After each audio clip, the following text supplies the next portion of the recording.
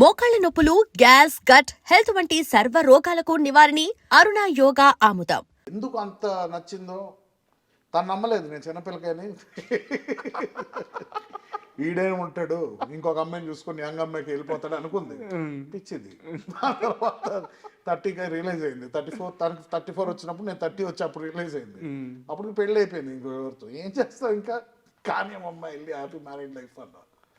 So అంటే ఇప్పుడు మనం రిలేషన్ గురించే మాట్లాడుతున్నాం కాబట్టి అది సీరియస్ క్వశ్చన్ కాదు, కానీ అడగాలనుకుంటున్నా. మీకు ఇష్టమైతే సమాధానం చెప్పండి, చెప్పండి, స్కిప్ చేసేసేయండి. ఇప్పుడు నాన్నగారి పర్సనల్ లైఫ్ గురించి నేనేం మాట్లాడినా అది వ్యక్తిగత చాయిస్. బట్ ఇప్పుడున్న ఆ రిలేషన్లో పవిత్ర గారి అసోసియేషన్ ఎలా ఉంటుంది అంటే, మీ ఫ్యామిలీ మెంబర్ అయ్యారు, సో మీ నాన్నగారితో ఎలా ఉంటున్నారు, మీతో ఎలా ఉంటున్నారు, ఫ్యామిలీ మెంబర్కి ఎలా కలిసిపోయారు, ఇప్పుడు అంతా కంఫర్టబుల్గా ఉన్నారా?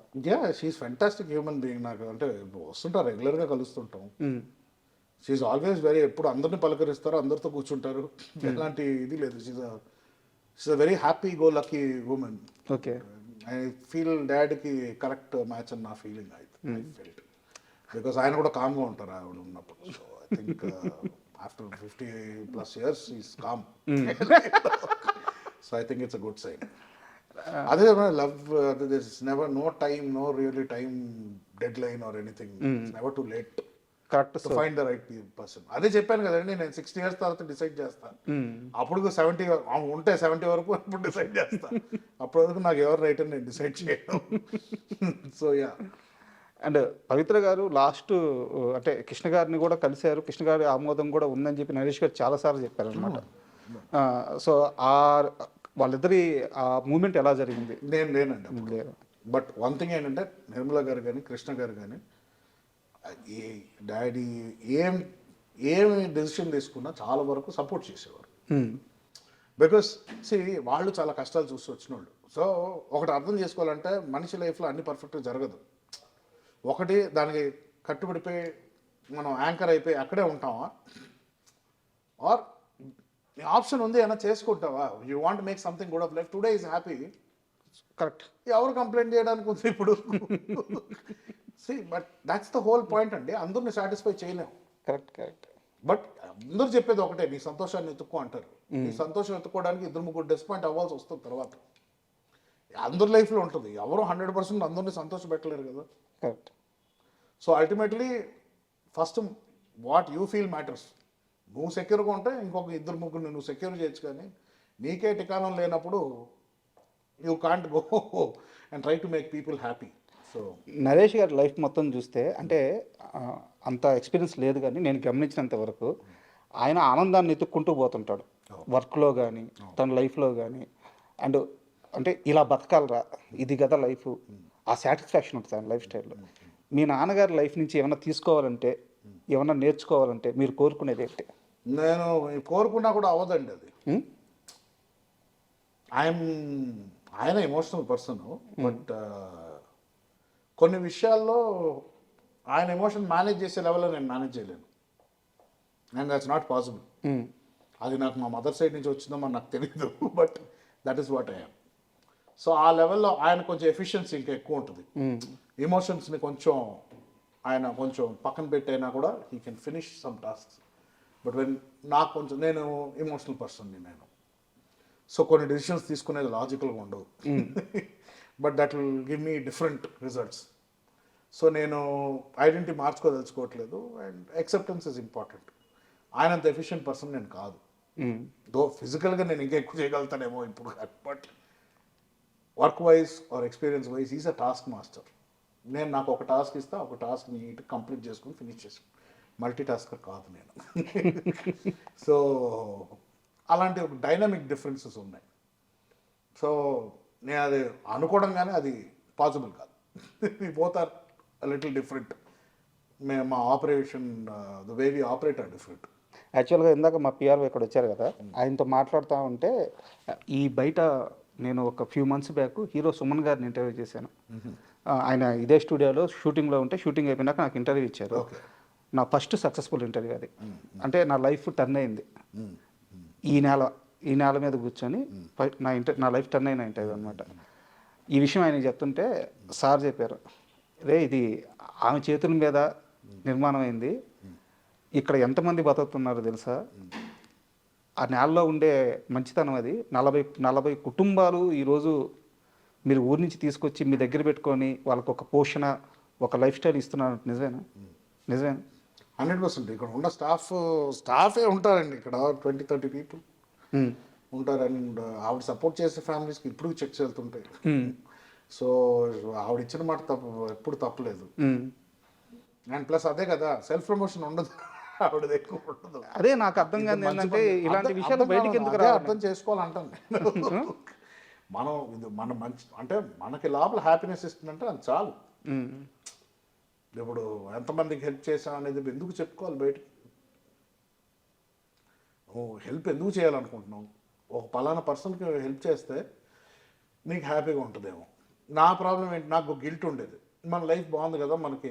ఇప్పుడు నా కంపేర్ చేస్తే చాలామందికి సేమ్ ఈ లగ్జరీ ఉండదు కదా. సో ఎవరైనా కొంచెం హెల్ప్లో ఏమైనా డబ్బులు అడిగితే పోని మనం ఇచ్చేస్తే బెటర్ అని. ఇలా ప్రాబ్లం అయిపోయిందంటే దాని తర్వాత ఇచ్చుకుంటూ పోయి నా సొంత కారు అమ్మాల్సి వచ్చింది ఒక టైంకి. అవునా? సో ఆ రోజు బుద్ధి వచ్చి మానుకున్నా, ఓకే ఒక లెవెల్కి ఇవ్వచ్చు, నేను అంబానీని కాదు, ఇది కాదు, 1000 పీపుల్కి హెల్ప్ చేయడానికి. So I have my limitations. So help ఉన్నప్పుడు చేయి, లేకపోతే దేవుడు కూడా శ్రమించడని ఎవరు చెప్పారు. నీ దగ్గర 10 రూపాయలు ఉంటే 2 రూపాయలు 3 రూపాయలు హెల్ప్ చేయి, నీతో నువ్వు పెట్టుకో. ఓకే, నీ దగ్గర 1000 రూపాయలు ఉన్నప్పుడు అప్పుడు 100 రూపాయలు ఇవ్వు, ప్రాబ్లం లేదు. కానీ నీ దగ్గర 10 ఉండి నువ్వు 100 ఇవ్వాలని ట్రై చేస్తున్నప్పుడు నీ దేవుడు కూడా హెల్ప్ చేయడు నీకు అని ఎవరో చెప్పారు. చూడండి, అది నీ ప్రాబ్లం ఉందన్నారు. సో ఆ గిల్ట్ వల్ల నేను చాలా మిస్టేక్స్ చేశానండి. ఒక గిల్ట్ అంటే నేను ఒక పాయింట్ తర్వాత ఎయిటింగ్ అయి మానేశాక నా అమ్మకి అర్థమైంది, వీడికి సంపాదన లేదు, యాక్టింగ్ అడిగాను. సో ఎంతో డబ్బులు పాకెట్ మనీ ఇవ్వాలి కదా, అది ఈరోజు వస్తుంది. ఇప్పుడు ఐ డోంట్ హ్యావ్, ఇప్పుడు కొన్ని నేను వరీ అవ్వాల్సిన అవసరం లేదు. బట్ కొంతమందికి అది లైఫ్, కొంతమందికి రేషన్ కావాల్సి వస్తుంది. అప్పుడు I feel a little bad. కాదు, నాకు డౌట్, ఎందుకు మీరు ఈ ఆస్తిని మీరు స్వతహాగా సంపాదించుకునే డబ్బుని వేరువేరుగా చూస్తారు? చాలా ఇంటర్వ్యూలో చెప్పారు మీరు ఇదే విషయము. అంటే దాంట్లో ఏముందండి ఇది చెప్పడానికి? దీనికి వారసుడు మీరే కదా. వారసుడు కొన్ని వేల కోట్ల రూపాయలు ఎక్కడ పడితే అక్కడ ఆస్తులు. నా ప్రకారం వారసుడు అంటే ఈజ్ అ గేట్ కీపర్. సంపాదించి పోగొట్టకుండా చూసుకోవాలి. నేను ఈ ఎగ్జాంపుల్ నేను అంత క్లియర్ కట్ గా చెప్పాను కదా. నేను సంపాదించిన డబ్బులు నాకు ఎలా తెలుసు ఎలా వాడాలో చెప్పాను కదా. ఇప్పుడు నాకు 21 years నాకు 10,000 వస్తే వెళ్ళి స్టార్ అవుట్లో తగలబెట్టాను. ఈరోజు 10,000 వస్తే ఇంకో 2-3 గురించి ఆలోచిస్తాను నేను. మనకి ఏముంది, ఇప్పుడు కొంచెం సేవ్ చేద్దామా, రేపటికి ఏదైనా కావాలా, అది. So difference. సో ఒక ఏజ్, ఒక ఎక్స్పీరియన్స్ కావాలి. అంతవరకు నేను సంపాదించిన డబ్బులు నా డబ్బులు కాదు. ఇప్పుడు నాన్నమ్మ నాకు ఇచ్చే పాకెట్ మనీ నాకు ఎంత బాధాకరంగా ఉంటుందంటే చూడు, ఆ గిల్ట్కే కొంచెం చారిటీలు ఎక్కువ అయిపోయింది మధ్యలో. దీంతో వాడుకున్నారు చాలా మంది. ఎలా సార్ పాకెట్ మనీ అంటే, ఆ రోజు నా మాట ప్రకారం యాక్టర్గా వెళ్ళాడు కాబట్టి వీడికి ఒక మెయింటెనెన్స్ చేయాలి, ఇవన్నీ చేయాలి కదా. బట్ ఏ నెలకి ఆ నెలకి ఇవ్వడం కాకుండా దానికి ఒక ప్రాసెస్ నెలకి ఇంత అమౌంట్ వచ్చేటట్టు సెట్ చేశారు. అంతే. చాలా దూరం వెళ్ళి ఆలోచించారు. అంటే ఐ థింక్ దానివల్లే నేను కొంచెం మెంటలీ కూడా లేజీ అయ్యాను నా ఫీలింగ్. కోవిడ్ తర్వాత చాలా ఎఫెక్ట్ అయ్యాను అఫ్కోర్స్ లాస్ట్ తర్వాత. బట్ అదే నాకు రేపు మాపు నాకు ఫుడ్ ఉండదు అని ఆలోచిస్తే అంత టైం ఉండేది కాదు నాకు ప్రాసెస్ చేయడానికి. ఐ షుడ్ హ్యావ్ వెంటనే వెళ్ళి ఇంకో ఎడిటింగ్ ఏదో ఒకటి తీసుకొని ఏదో ఒకటి స్టార్ట్ చేసేవాడు. బట్ నాకు ఆ లగ్జరీ వచ్చింది. ఆ లగ్జరీ గిల్ట్గా మారింది మళ్ళీ. పనికిరావు నువ్వు, హ్యాపీ ఎన్ని రోజులు ఇంకా అదే పాకెట్ మనీ. మీకు అభ్యంతరం లేకపోతే ఆ అమౌంట్ చెప్తారా, నెలకి ఎంత వస్తుందో? ఏది అండి 3 to 4 or something becomes 3-4 lakhs. Yeah, crores కాదు, lakhs. బట్ దాంట్లో నాది EMIs. I don't say everything. నాకు మళ్ళీ ఇదే డౌట్, మీకు ఈఎంఐ లేదు, మీరు ఇంత పెద్ద సామ్రాజ్యానికి వారసులు. That is the principle. Every time do take anything, ఏదైనా తీసుకున్నా లోన్స్ తీసుకో. Banks are there, will give you.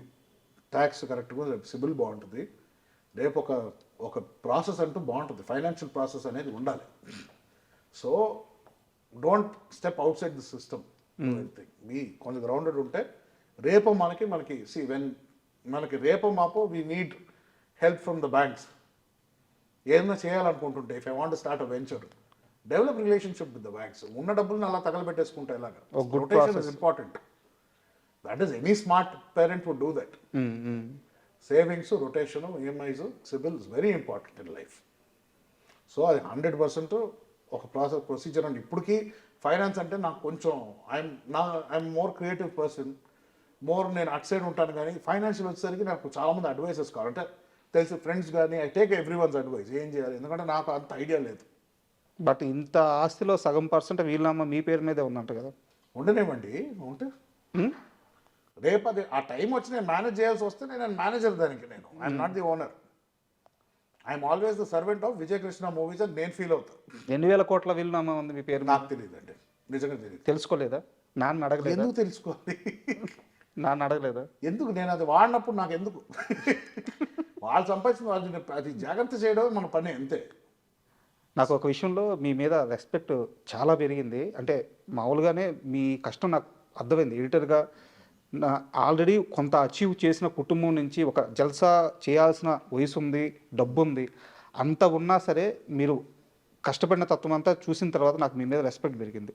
దానికంటే కూడా మీరు వేరే ఇంటర్వ్యూలో ఒక మాట అన్నారు, నాన్నగారికి పుట్టిన వేరే బిడ్డలు కూడా నా తమ్ముళ్ళే, మేము బ్రదర్సే, వాళ్ళ కేరింగ్ కూడా తీసుకోవాల్సిన సమయం వస్తే నాదే, మేము ముగ్గురం చాలా బాగుంటాము అని చెప్పేసి ఒక మాట. మీ పేరు నాకు 100% రెస్పెక్ట్ పెరిగింది. సో నేను చూసుకున్నప్పుడు మీరు రెస్పెక్ట్ చేయండి. ఆ సిచ్యువేషన్ వచ్చి నేను చూసుకున్నానంటే వాళ్ళని సరిగ్గా అప్పుడు చెప్పండి. అప్పటి వరకు నేను మాటే చెప్పాను, మాట ఇచ్చా, కానీ నేను ఇప్పటి వరకు అది ప్రూవ్ చేయలేదు. ఆ సిచ్యువేషన్ వచ్చినప్పుడు when I succeed in that then you tell me I respect you. But మీరు ముగ్గురు బ్రదర్స్ కదా, కలుస్తుంటారా మీరు ముగ్గురు? Yeah talk on the phone. Mostly second బ్రదర్తో ఎక్కువ కాంటాక్ట్లో ఉంటాను. ఓకే. చెన్నైలో ఉంటాడు. వాళ్ళ రిలేషన్ నాన్నగారితో ఎట్లుంటుంది? బాగానే ఉంటుందండి. ఇది టాక్ రెగ్యులర్లీ. ఆయన నాకన్నా ఎక్కువ డాడ్తోనే మాట్లాడతాడు. వీకెండ్ ఒక రోజు ఫోన్ చేస్తాడు నాకు, సండే ఒక రోజు నాతో మాట్లాడాలి. సో ఒకవేళ మిస్ అవుతే వీక్ డేలో ఒక రోజు కాంపన్సేట్ చేస్తాం. సో అలా మెయింటైన్ రిలేషన్. ఈ loves me a lot, I love him. నాకు అంటే వాడితో చిన్నప్పటి నుంచి పెరిగాను కదా నేను. ఐ వాజ్ 10th స్టాండర్డ్, నేను 7th 8th ఉన్నప్పుడు పుట్టాడు. సో ఆల్మోస్ట్ కలిసే పెరిగాం. అది ఆల కొడుకు, స్టెప్ బ్రదర్ ఇవంతా అది రాదు కదా. కలిసి పెరిగినప్పుడు ఆ బంధమే. ఏజ్ని ఎలా చూస్తాను అంతే కదా. ఇట్ ఈస్ అల్టిమేట్లీ చాలా మంది ఇప్పుడు మన పెట్స్ని తెచ్చుకుంటాం ఇంటికి, వాళ్ళకి మనకు బ్లడ్ రిలేషన్షిప్ లేదు, మన బ్రీడ్ కూడా కాదు. అంతే కేరింగ్ నేచరు. ఆబ్వియస్లీ నేను తేజాని నేను ఒక ఇన్ వే ఒక సన్ లాగే చూస్తా నా బ్రదర్స్ని. నాకని చాలా చిన్నోళ్ళు, బిగ్ బ్రదర్ అయినా కూడా అలాంటి ఒక దీంట్లో చూస్తాం. సో ఎప్పుడు ఆ కాంపిటీషన్ ఇవన్నీ కాదు. సో అదే when they look up to me I will give everything. But ఇక్కడ ఒక సన్నటి లైన్ ఉంది.